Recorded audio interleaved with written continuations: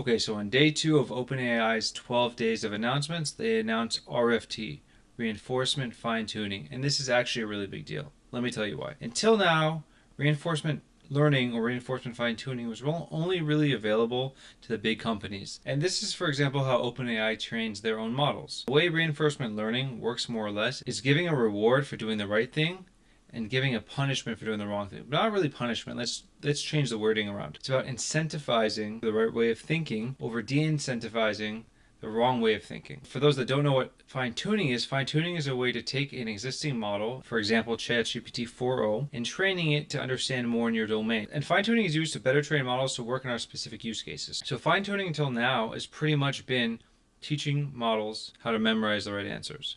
And it works.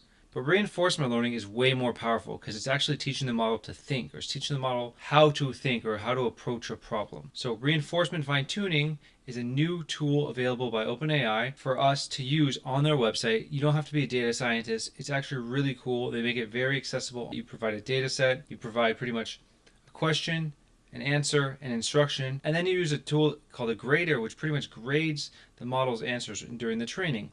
If the answer is right, it gets a high number. If the answer is wrong, it gets a lower number. And if, for example, the model in training will give a few different answers and the right answer is number 3, it's going to get a 0.7 score. If it got the answer right on the first try, it would get a score of 1. If it didn't get the right answer at all, it'd probably get a 0.1.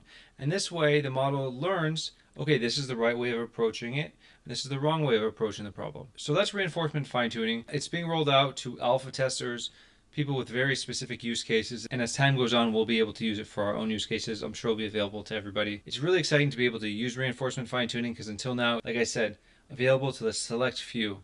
So I'm excited to try it out, and I'm sure also RFT will be announced by other major companies like Anthropic in the future now that OpenAI did it, hopefully. So let's see. Thanks for watching. Have a good day.